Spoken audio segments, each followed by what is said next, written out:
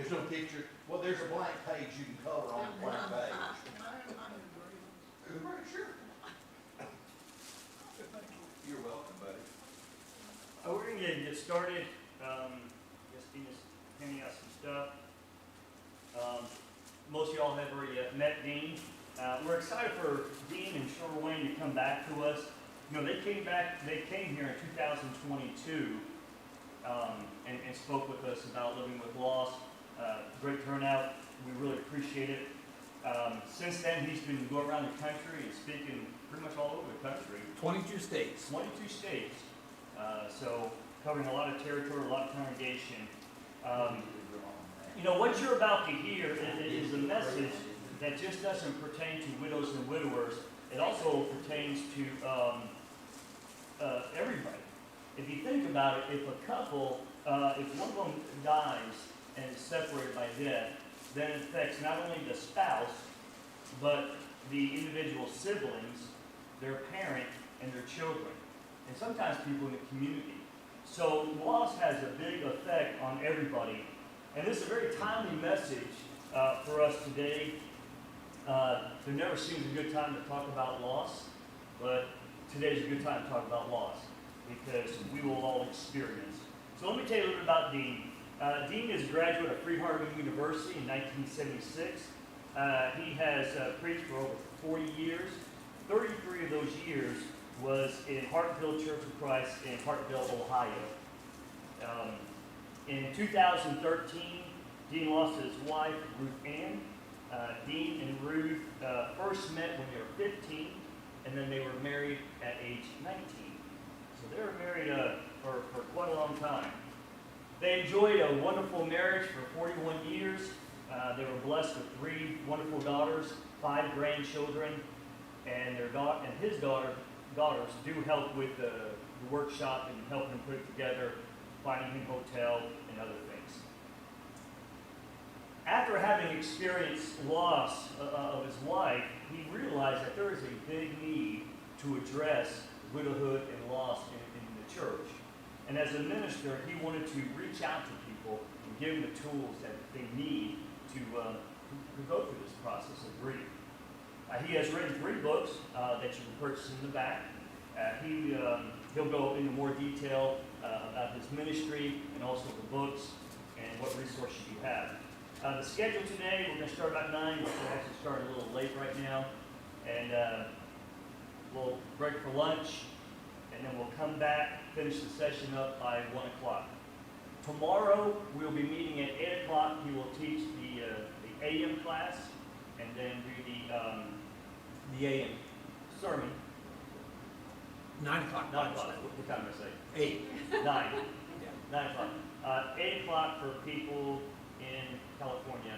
And so 9 o'clock tomorrow morning, and then 11 o'clock tomorrow, and then we'll break for lunch. And then we'll come back at 5 o'clock Sunday evening, and then Dean will close us out. We really appreciate Dean and Cheryl Wayne coming.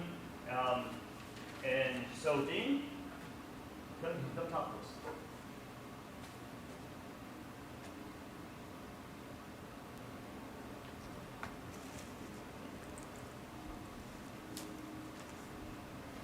Well, right off the bat, I need to correct something. A misunderstanding probably you jumped to because you saw my shirt having this WW on it. You may see Cheryl Wayne with a WW. You may see my notebook and it says WW. I just want to clarify something. We don't work for Weight Watchers, okay? And that ought to be real obvious to anybody who is with us because we love ice cream. As a matter of fact, we went to Marble Slab last night. So I'm just really glad that you're here. Let me explain to you a little bit about my perspective that I wish I would have learned way earlier in my life. Thanks to the death of Charlie Daniels, you know the Charlie Daniels band? You know, he's the one that sang about the devil went down to Georgia. Well, I have an address in Georgia about 40 miles west of Atlanta, and I know the devil's still down there, by the way. But Charlie Daniels and the Charlie Daniels band, after he passed away, for some reason I ran across the title of his memoir. And the title of his memoir is Don't Look at the Empty Seats. And I thought, boy, how appropriate. You know, when he got started, nobody knew him, and he probably played to a lot of empty seats early on until he became more well-known.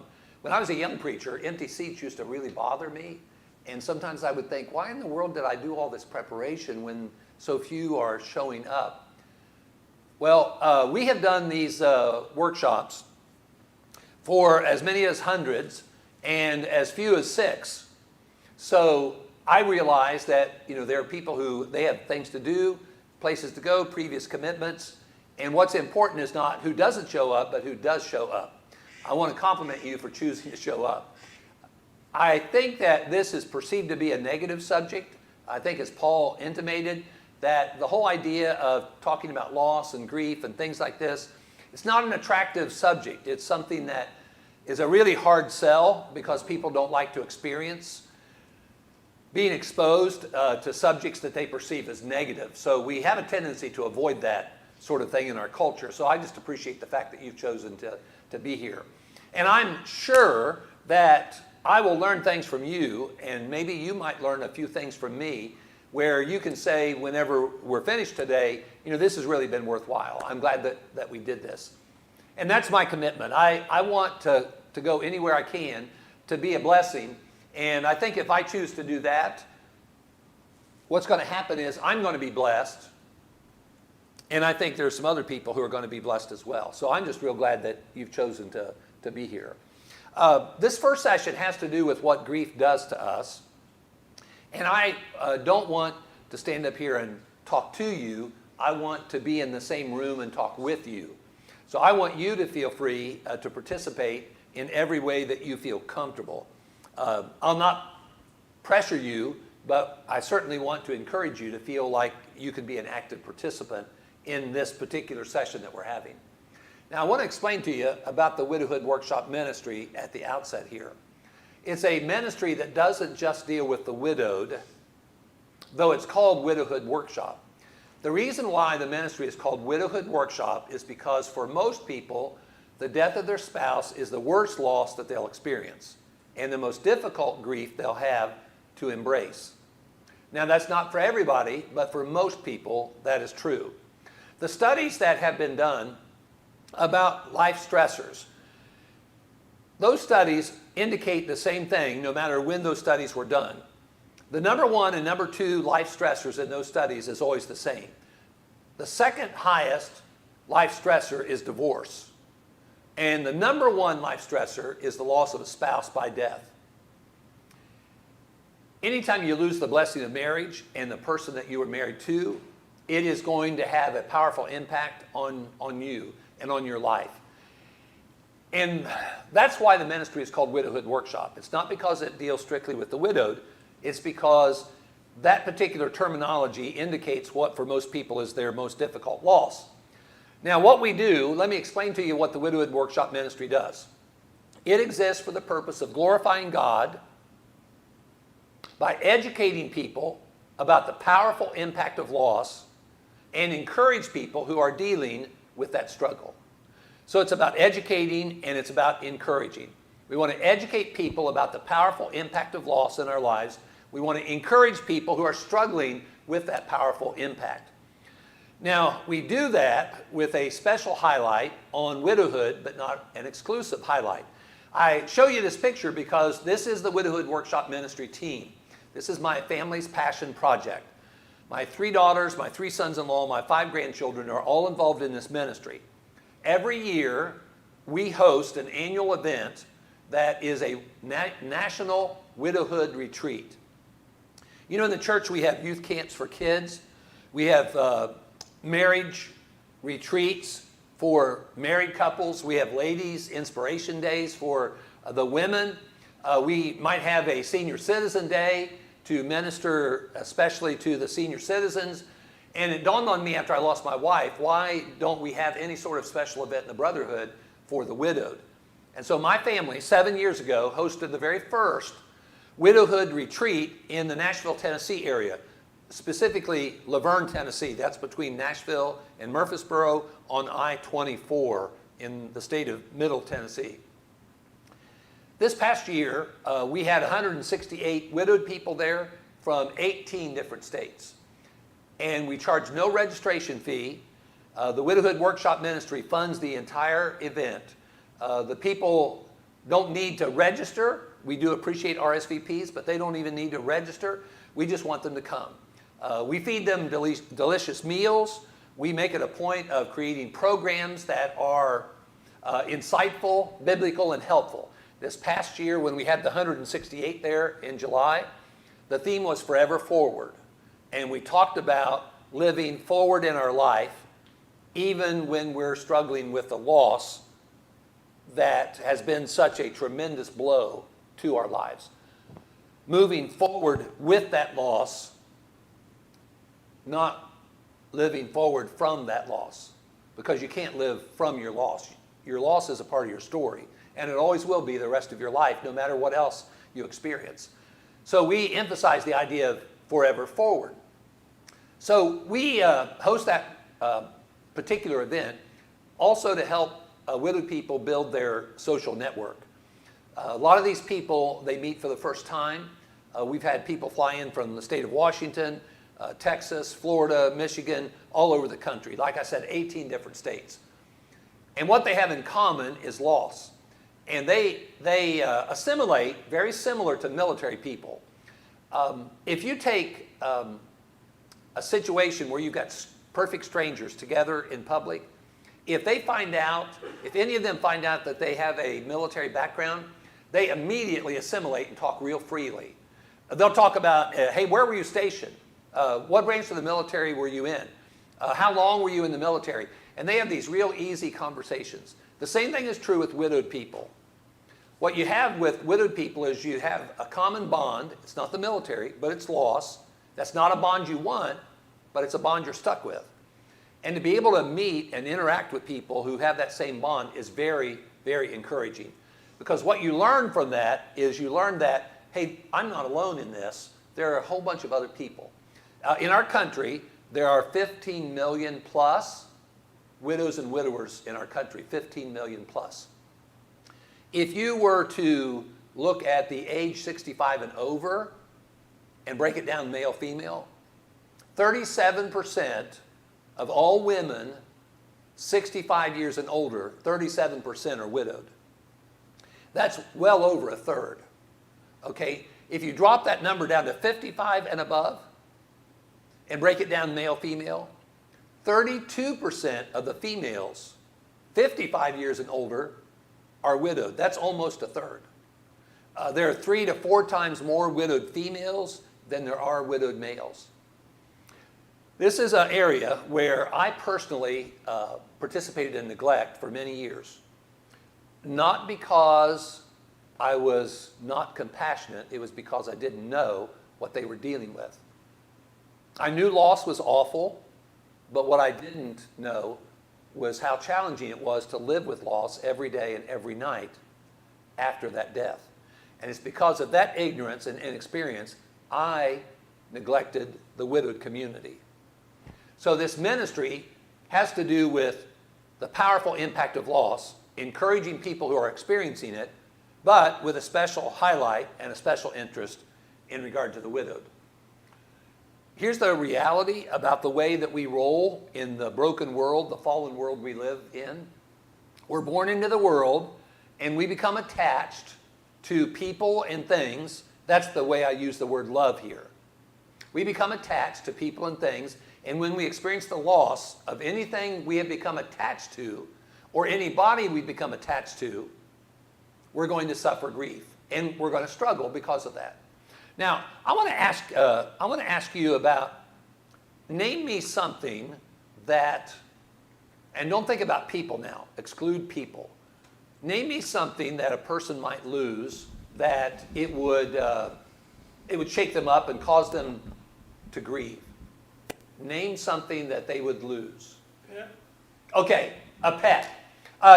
Did you ever have a pet personally? Okay. How long did you have that pet? I don't know. You don't know. 10 years. 10 years. By the way, I'm curious. Well, I'm kind of afraid to ask you. Can you give the microphone to your wife? how long are you married? Oh, almost 45. Okay, I figured you'd know the answer better than he would. So, okay. So for 10 years, you had a pet. Okay, now, when you first got that pet, it was just a pet. What did it become eventually? Family. Yeah. It became family, didn't it? Yeah. You become attached. Now, why do you become attached to a critter, to a four-legged canine? How in the world, oh, by the way, was it a dog or a cat? Okay, it was a dog. Okay. I'm a cat hater. So, okay, so it was a dog. And isn't it funny how attached you can become? Now, what occurred during that 10 years was you interacted with that critter. You probably even talked to that critter. Now, I don't know if that critter talked back to you, but you interacted with that critter, and what happened was you created a bond. You probably went walking with that dog. You had that dog in your home. You fed that dog. That dog may have barked at you. So you had this interaction, and that's what creates that attachment. Do you know that there are pet cemeteries? In Wiley, Texas, Cheryl Wayne and I were driving to the church building, and on the right side of the road, I saw this really impressive looking cemetery. And I thought, because there's a lot of gas and oil people, in Dallas, I figured there were a lot of rich people that had been buried there. It was a pet cemetery is what it was. I was in Goshen, Indiana, and sure enough, there's a pet cemetery just down the road from the church building in Goshen, Indiana. Now, why would anybody go to the trouble and experience of burying a pet in a cemetery? What does that tell you? They were really attached, weren't they? They were really attached to that critter. I met a widow lady who, when her husband died, now, her husband, when he was alive, had 3 dogs, and he interacted a lot with those dogs. And so after he died, as those dogs died, one after the other, she went to the cemetery and buried the dogs above him.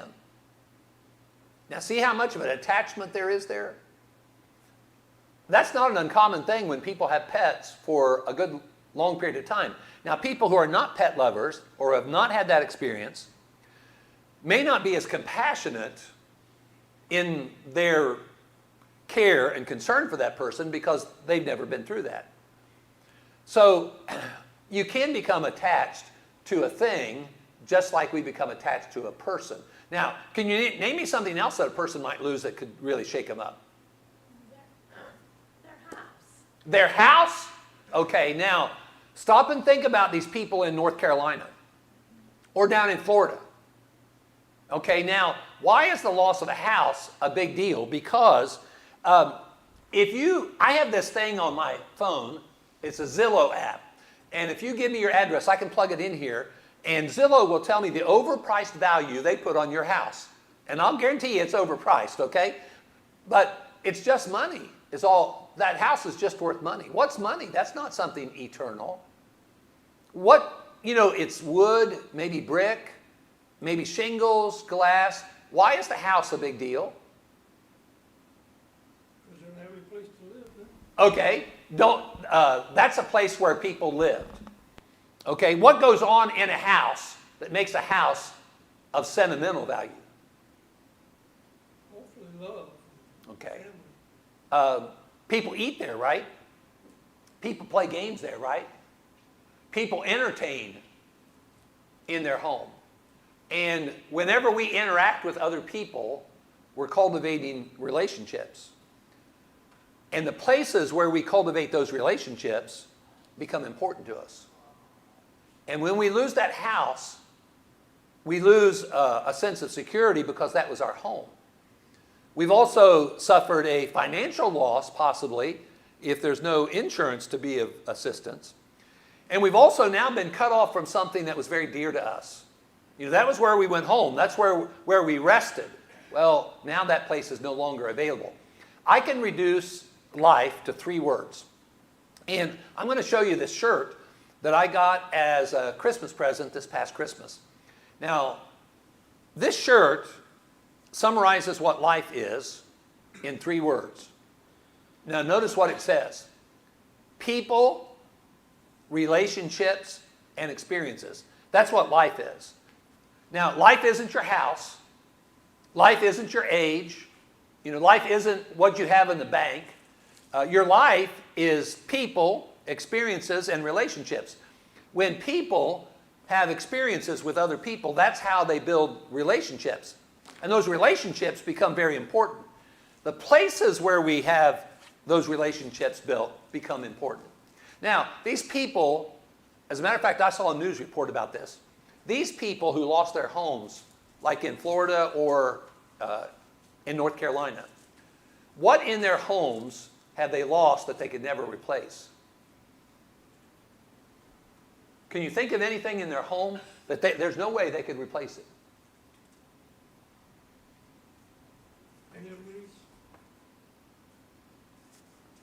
Do any of you have hard copy pictures in your house? I have boxes of them, hard copy pictures. People often they grieve not just the losses that I've already remarked, but the losses of things that are irreplaceable, like these pictures. Could be pictures of great-grandparents, grandparents, could be pictures of places they've gone, people that are important to them. Now, what is a picture? A picture is actually, a hard copy picture is just a piece of paper. But what makes that piece of paper so valuable? It's the image on it. The image on it is an image of somebody or some place or some experience that they've had, and that's why those pictures are so important. See, that attachment, we come to love certain things in our life, like our house, our pets, our pictures. Anybody here ever been diagnosed with cancer or some other life-altering disease? When a person has been, let's use cancer as an example. When a person's been diagnosed with cancer, what have they lost?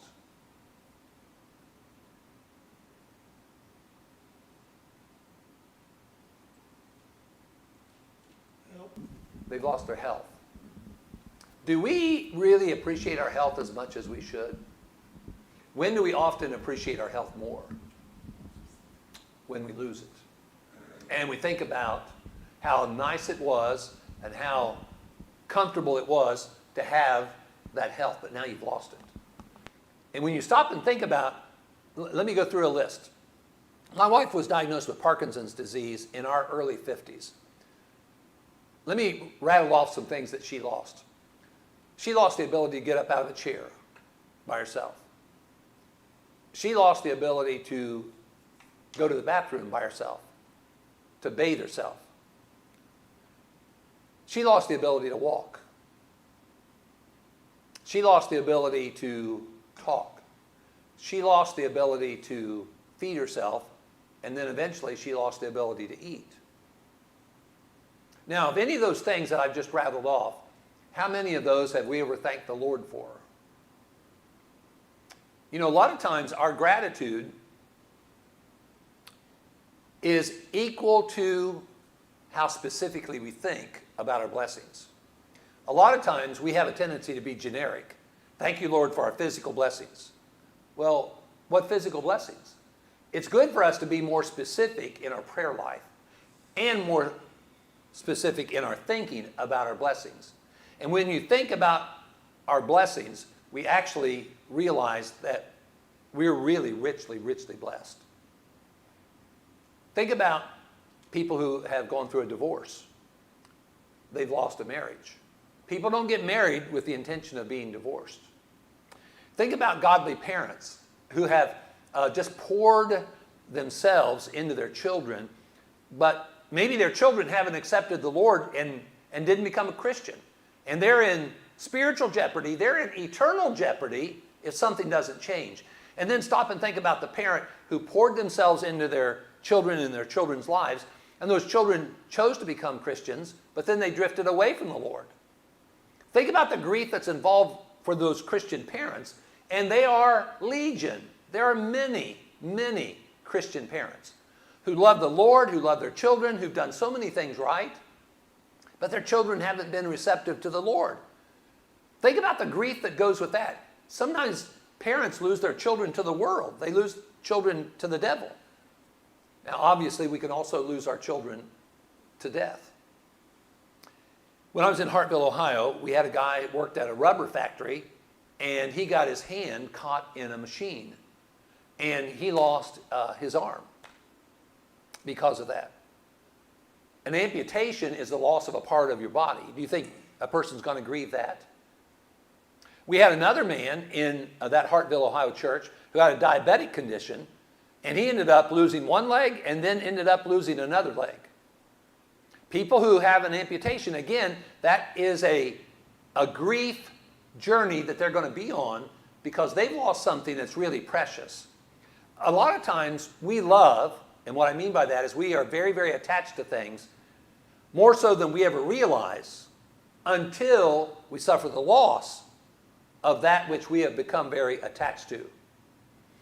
So I want us to think about grief in the broader perspective. Don't just think about grief as the loss of a person. There are a lot of life experiences where people suffer loss. Let me give you one more before we finish. Sometimes Christians, they lose their church. Their church leaves them. Their church becomes much more of a entertainment oriented type worship, and they begin to embrace things that are not consistent with truth and the Bible. And sometimes Christians lose their church. Churches, also as a body, sometimes lose members. There's all kinds of grief-oriented kinds of experiences we have, but they're all losses that we experience that have had an impact because we had this attachment. So life plus love plus loss equals a struggle. Now, what does grief do to us? Well, number one, it confuses our thinker. You probably, if you've had any experience with loss, or you've had any experience knowing somebody who's been through loss, you've heard of people talk about being in a fog. That's their way of describing the difficulty they have of thinking straight. It is a very confusing thing to deal with decisions and mental challenges after we've suffered great loss. Grief isn't just an emotional experience. A lot of times we think about grief as purely an emotional experience, and it's not. It is both a mental and emotional experience and can be a spiritual challenge. And we're going to talk about that, Lord willing, tomorrow evening at 5 o'clock. But the reality is, it really does cause us to struggle mentally. There is a book back there on the table that I'd highly recommend you taking a look at. It's called The Grieving Brain. It is a book written by a neuroscientist who for years was not only a neuroscientist but a psychologist. And for decades in her life, she studied the effect of grief on the brain. MRIs, CT scans, therapy sessions with many people grieving. And this book, The Grieving Brain, basically puts together a lot of information that's very insightful to help us understand why we struggle so much mentally after we've lost something or somebody real precious in our life. Let me read to you a section out of this book. Even when a person has been ill for a very long time, no one knows what it will be like to walk through the world without this other person. My contribution as a scientist has been to study grief from the brain's perspective, from the perspective that the brain is trying to solve a problem when faced with the absence of the most important person in their life.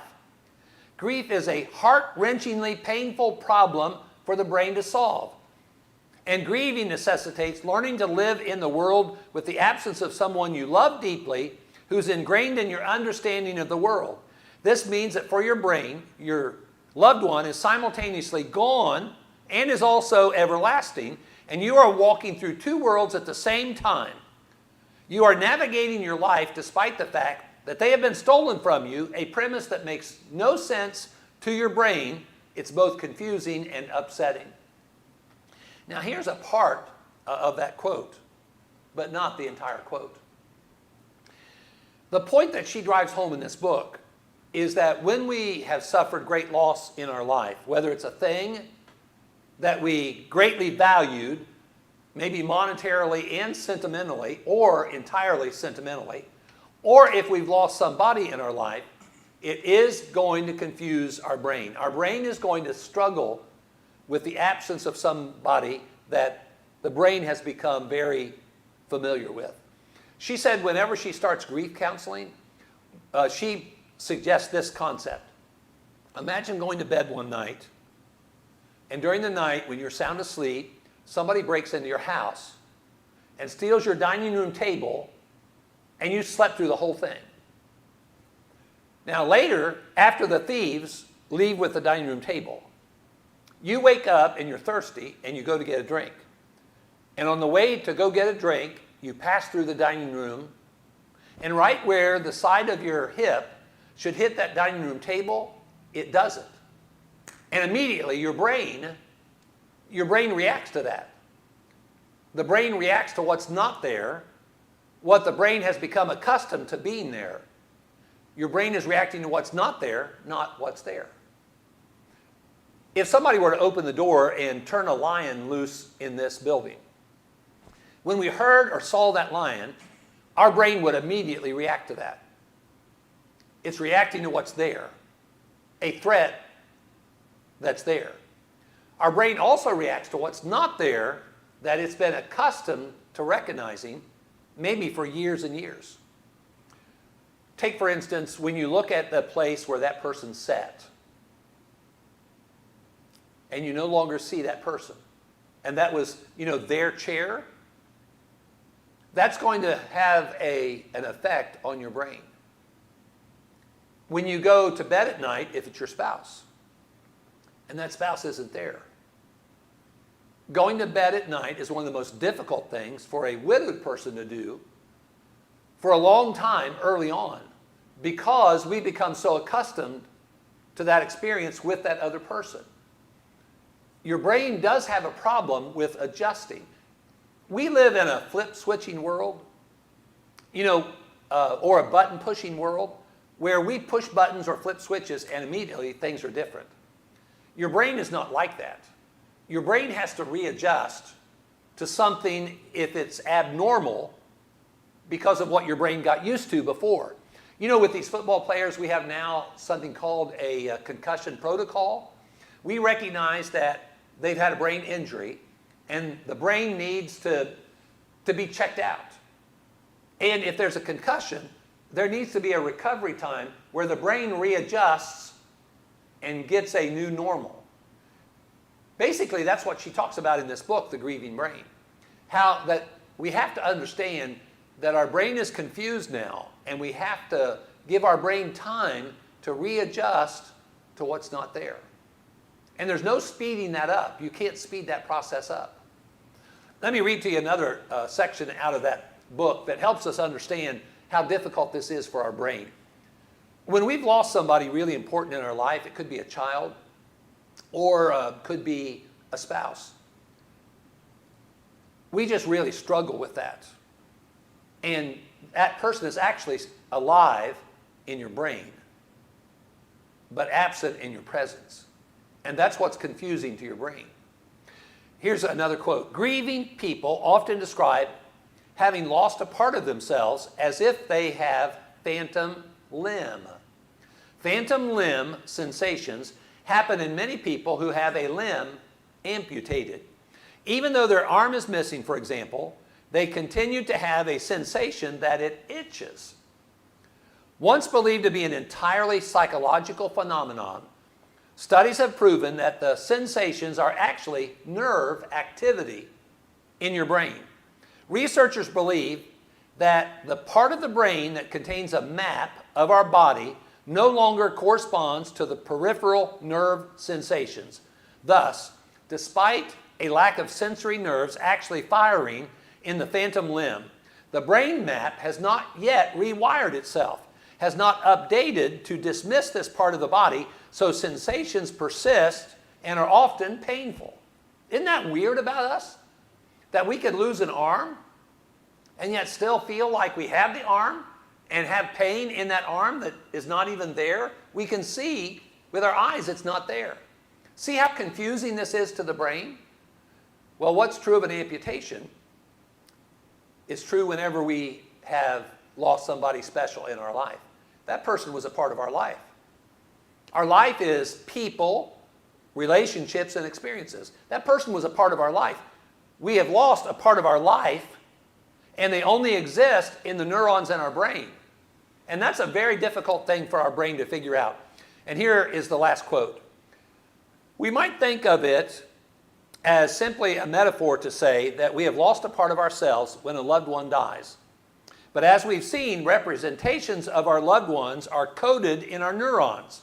Representations of our own bodies are coded in our neurons as well, as demonstrated by the phantom limb. These representations of self and other, this closeness, is mapped as a dimension of the brain. Consequently, the process of grieving is not just about psychological or metaphorical change. Grieving requires neural rewiring as well. In other words, what she's saying, we've got to be patient with ourselves. We can't expect ourselves to be making real clear decisions and sorting out things clearly like we could before. I read one book where the author suggested what we ought to have when we've suffered great loss is we ought to have a board of directors for our life. You get to be the board president, but you need to have people that are go-to people who can help you in regard to different areas of your life.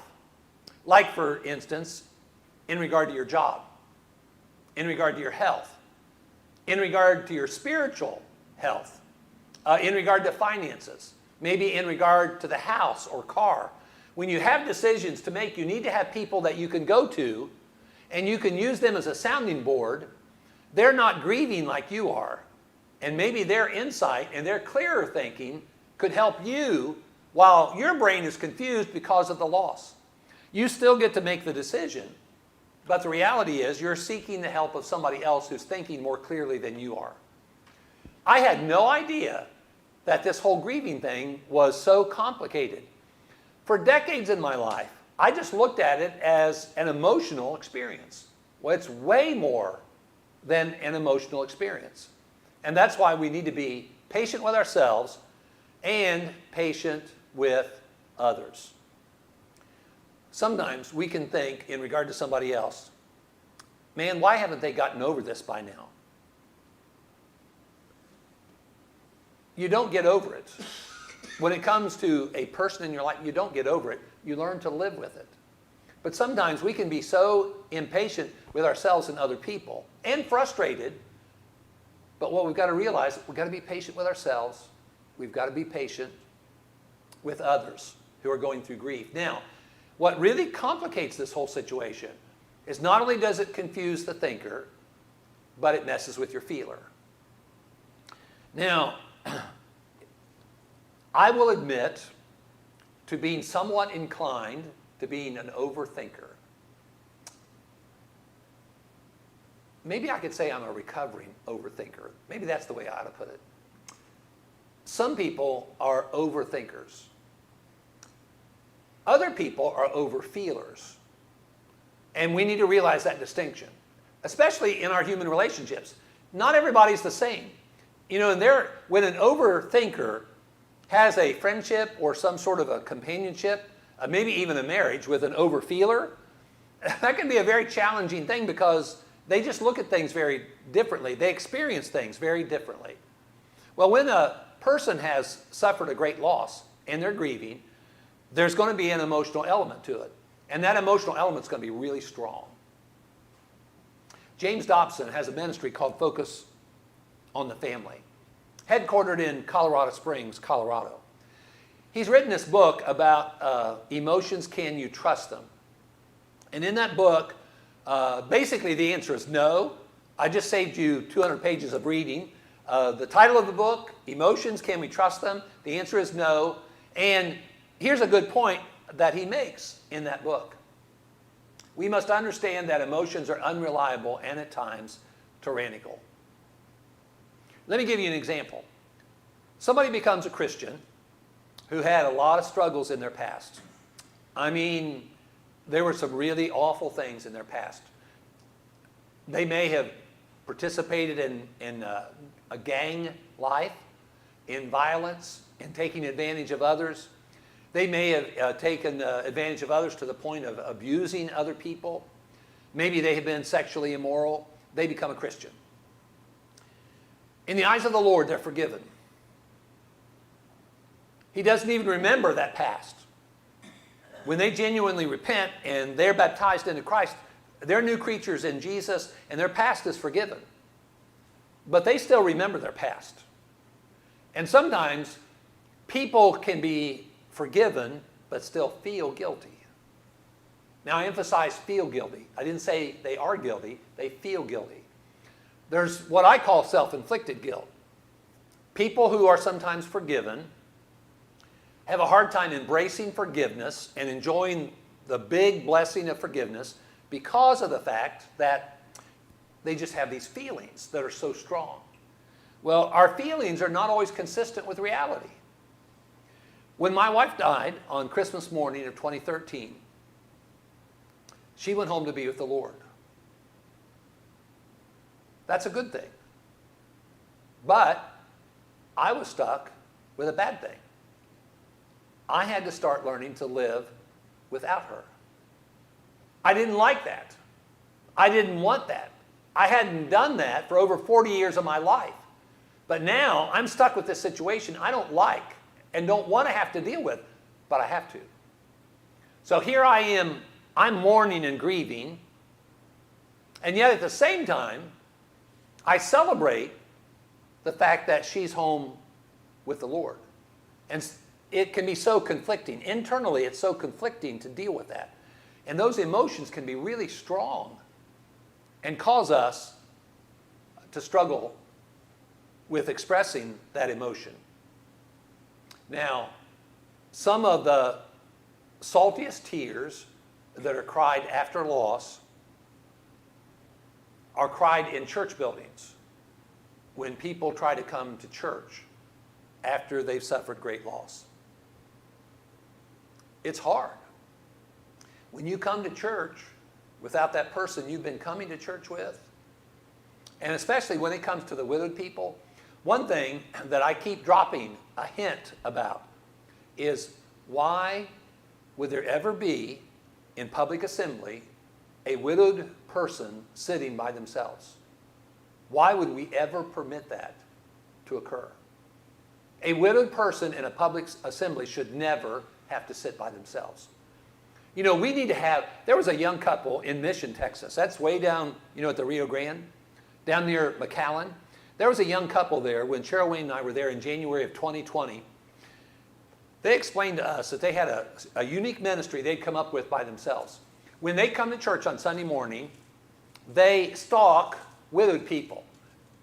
They look for a widowed person, and they decide to focus on that widowed person. They go to that widowed person, and they say, now here's a young married couple, and they say, may we sit with you today? Boy, you talk about a powerful impact. You talk about a really neat, loving ministry. There is a great ministry, a couple of good-hearted young adults recognizing the value of that. We need to realize that it can be a very, very emotional experience. Now, when we tear up in the presence of somebody, when we're struggling with our emotions, what do we say? Go ahead and say it. What do we say? We say, I'm sorry. We say, I'm sorry. Now, do we have anything to apologize for? No, we don't. Instead of saying, I'm sorry, what I would encourage anybody to do who's struggling emotionally is I would encourage them to go right ahead and keep on crying and wipe away those tears with a tissue. Because that person who's seen you being emotional like that is being educated by the experience of being in your presence, and they're learning about the powerful impact of loss because they see you crying. It's okay to cry privately. It's okay to cry publicly. And it's nothing that we have to apologize for. God gave us the ability to cry for a reason. It's a way of actually going through a catharsis It's a kind of way of emotionally venting. As a matter of fact, you may have heard some people say, I had a good cry. It can be exhausting to have a good cry, but it's a very therapeutic thing. We need to realize that when we suffer great loss, our emotions are going to be really strong, and if we let them, they can be dominant. And if they're dominant, and you're trying to make a big decision, you can make a very bad big decision because you permitted those emotions to be so strong. So it's an emotional struggle. Now, has anybody here ever been in intensive care as a patient? Why is somebody put in intensive care? Why aren't they in a regular room? Why do people get put in intensive care? Okay. It's a scary time. The regular room in a hospital is not adequate. By the way, next time you're in the hospital visiting, if you run across a nurse, ask them this question. Ask them what the patient-nurse ratio is on her shift or his shift. You know, there's a lot of difference between being on a regular floor and being in intensive care. When you're in intensive care, you have special needs. When you're in intensive care, you need to be willing to accept the help of other people because you're in trouble if they put you in intensive care. Whenever we've suffered great loss, we need to recognize we're in an intensive care season or phase of our life. We need to accept that. See, the fact is, we don't have all the answers. We're not always going to be feeling good and thinking straight. We need to accept the fact that there are times that we need help. We need to not only recognize we need help, we also need to recognize sometimes we need to ask for help. That's really hard for some of us, especially those of us who are raised by very independent parents. You know this pull yourself up by your bootstraps kind of mentality people have, which, by the way, doesn't show much humility and also doesn't show much dependence on the Lord. If you can pull yourself up by your bootstraps, where's the Lord in that philosophy? Who do you think sings this song most passionately? I need thee, oh I need thee, every hour I need thee. People who are really struggling. The fact is, when we're struggling, we recognize often our need for the Lord more clearly than we did when life was good and we were enjoying prosperity. And we need to recognize that we need the Lord. And sometimes the Lord's best blessings come in the form of a person He's providentially gifted us in our life. It could be a neighbor, a friend, a family member. It could be a brother or sister in the Lord. It could be a preacher, a shepherd in the Lord's church. We need to recognize our need for help. Grief also prompts us to ask why. We can't help but wonder why. This is like the human passion. You want to know why. Why did something happen? Now, we typically ask this question when something bad happens. Have you ever known of somebody who had something good happen and asked why? Isn't that kind of funny about us? Now, like for instance, when you marry the person of your dreams and you're able to enjoy this wonderful marriage, do we ask why in the world, Lord, are we so blessed? Or if a child or a grandchild is born into our life, do we ask, why am I so blessed to have this baby in my life, to have this grandchild in my life? Whenever we get a promotion or we're able to relocate to the perfect place for us and for our family, do we ask why when we're enjoying a blessing? Typically, we ask the question why when things are bad. It's never wrong to ask the question why. Now, here's proof. There are many people in the Bible who ask the question why. And it's not something that they were criticized for. It's just a natural human reaction to a difficult time. Job, for instance, in Job chapter 3, I'll not read all of these, but I just want to note a few of them. In Job chapter 3, verse 11, after he suffered all those losses, all 10 of his children, all of his prosperity, his physical health. Chapter 3, verse 11. Why did I not die at birth? Why did I not perish when I came from the womb? Why did the knees receive me? Verse 20 of chapter 3. Why is light given to him who is in misery, and life to the bitter of soul? Verse 23 of chapter 3. Why is light given to a man whose way is hidden, and whom God has hedged in? Why? He'd been through all this loss experience, and he just wondered, why? Why, Lord? That's a very common, natural thing for us to do. Well, the psalmist also asked the question, why? But my favorite of all time is Gideon. Gideon was a judge, handpicked by the Lord, and a good man. In Judges chapter 6, he asked this question. Now, I'm going to quote this passage, and I'm going to ask you to think as I quote this passage. What does this tell you about Job, about Gideon, and his attitude about if the Lord is with us? Now, here's his question. If the Lord is with us, why has all this happened to us? If the Lord is with us, why has all this happened to us? Now, prior to verse 13 of Judges chapter 6, Israel was in a really bad situation. They were really suffering greatly. Now, the reason they were suffering is because they had become unfaithful. God was trying to bring them home by disciplining them. God had a purpose in permitting them to suffer greatly. But Gideon is just really struggling with this as a mere mortal human being. He's a faithful man of God, but he's wondering, if the Lord is with us, why has all this happened to us? Now, what does that say about what he thinks? If the Lord is with us, how should life be? If he asked the question the way he did, what does it tell you about what he thinks? If the Lord is with us, how should life be? Perfect. Because the Lord is perfect. And the Lord loves us. And he's omnipotent. He can make things happen. So if the Lord's with us, life is happy, cheery. Well, Israel wasn't in a happy, cheery season of their history. W.T. Hamilton was the son-in-law of Gus Nichols. Some of you may read, Gus Nichols was a very well-known preacher in the southeast part of the country. His son-in-law, W.T. Hamilton, wrote a book called Why Has All This Happened to Us? It's kind of hard to find, as a matter of fact. It's not in print. You might be able to secure a few copies, but it might be very expensive. In the course of W.T. Hamilton writing this book, Why Has All This Happened to Us? He had every chapter already planned out.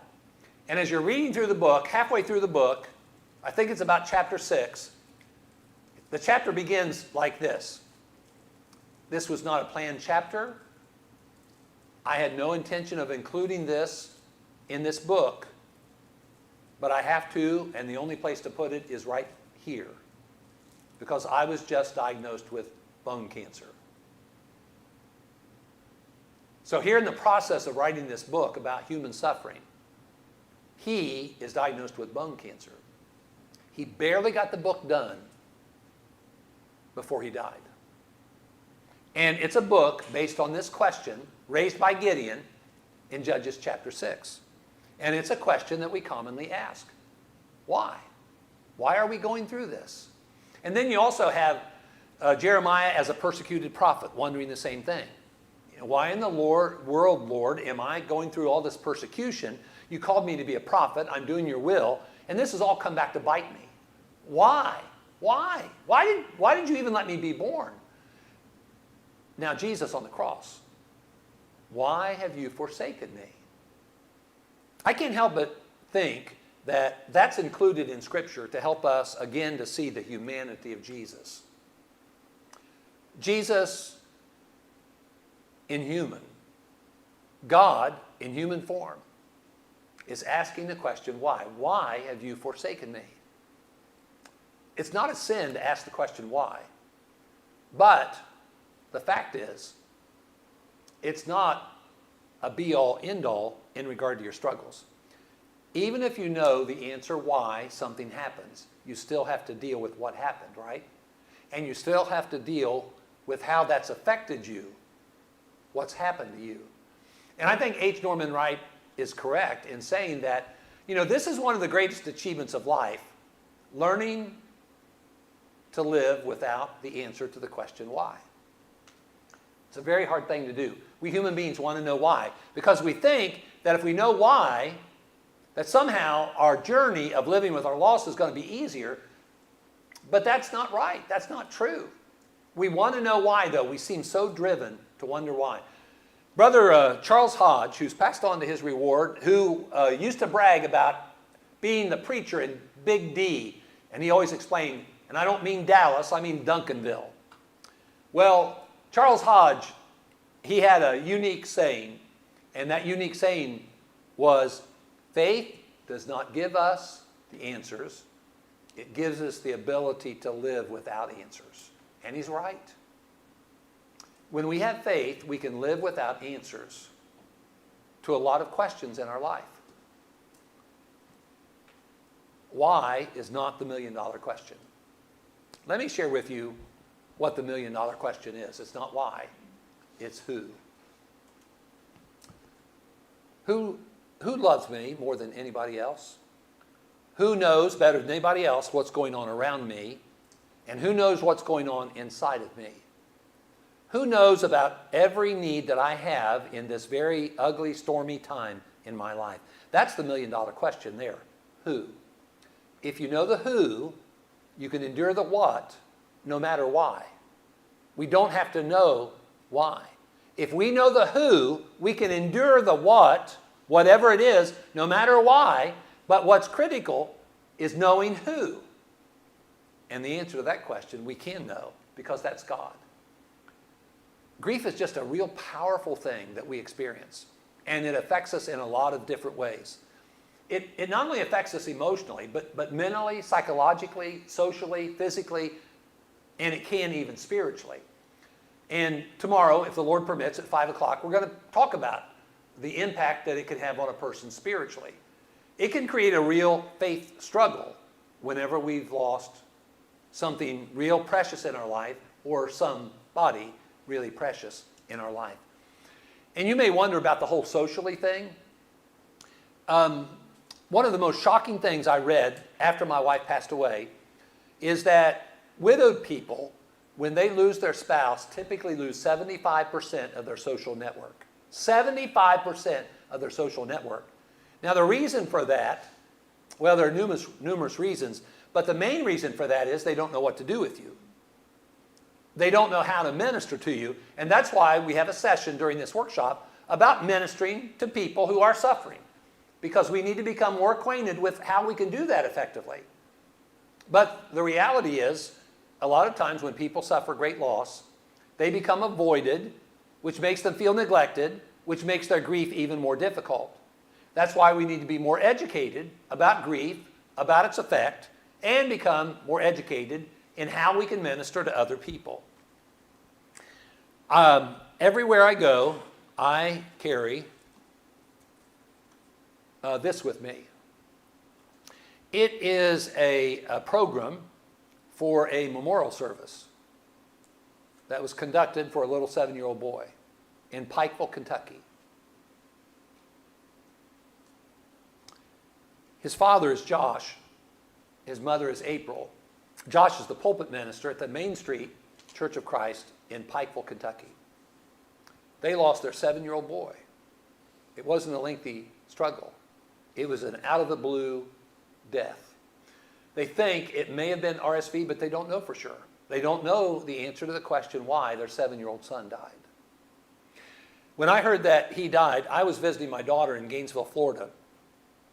And because my daughter attended Freed-Hardeman University with the parents of Andrew, we jumped in the car and we drove to Pikeville, Kentucky to be at the memorial service and at the visitation prior. You would have been blown away to have seen how the community responded. It was amazing. That memorial service, that church building was packed. It's a big church building. It was packed. That day, the school let out. There was no school on that day.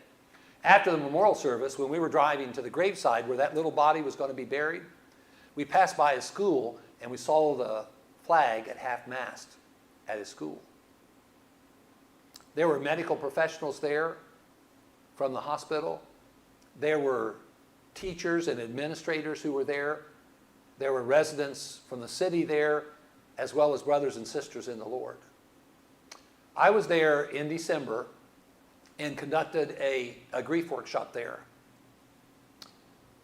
What do you think Andrew's room looks like in their house? What do you suspicion? It's just like when he was alive. They're grieving, and that death occurred over 2 years ago. They and their 2 teenage daughters are really struggling with Andrew's death. Grief has a powerful effect in our life that we need to recognize. And we'll conclude on this note, this positive note. Yes, it's a challenge, but the reality is, it is a challenge that has great benefit. I'm going to read a part of Romans chapter 5, a book, the book of Romans, that deals a lot with us being able to be acquitted by God, finding justification through Jesus Christ. In Romans chapter 5, look at what it says starting at verse 3. And not only that, but we glory in tribulations. Now, do you think that's kind of weird? Glory in tribulations?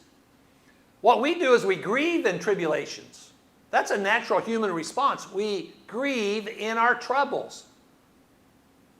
But what's great about being a Christian, when we're justified by grace through faith, we can not only grieve, which is the natural reaction from a human perspective, we can also glory.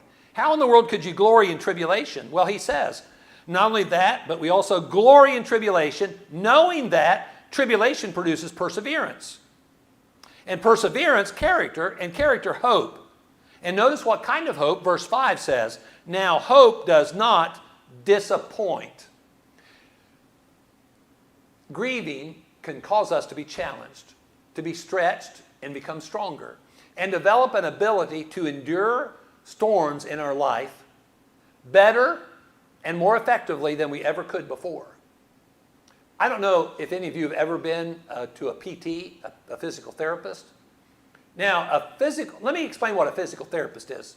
I have a daughter who's a DPT and a son-in-law. They are married and they are doctors of physical therapy. Let me explain to you what PT stands for. Now, you think physical therapist. Actually, they're pain terrorists are what they are. If you've ever been to physical therapy, what they do is they cause you pain. Now, why do they cause you pain? They cause you pain to get to a better place, to rehab, to become more functional. The pain of loss and the grief that goes with it can really challenge us and get us to a point where we're stronger than we've been before. We have a better ability to endure. And he says, after the endurance, he says not only does tribulation produce perseverance, but perseverance, character. How do you get character? Well, you get character when you're challenged.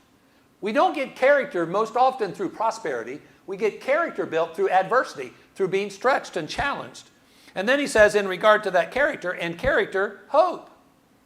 Hope is about faith directed to the future. How do you get that? Again, you get that through the challenge.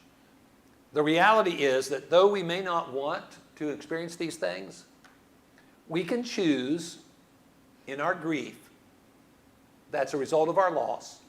We can actually choose to take our burdens and turn them into blessings.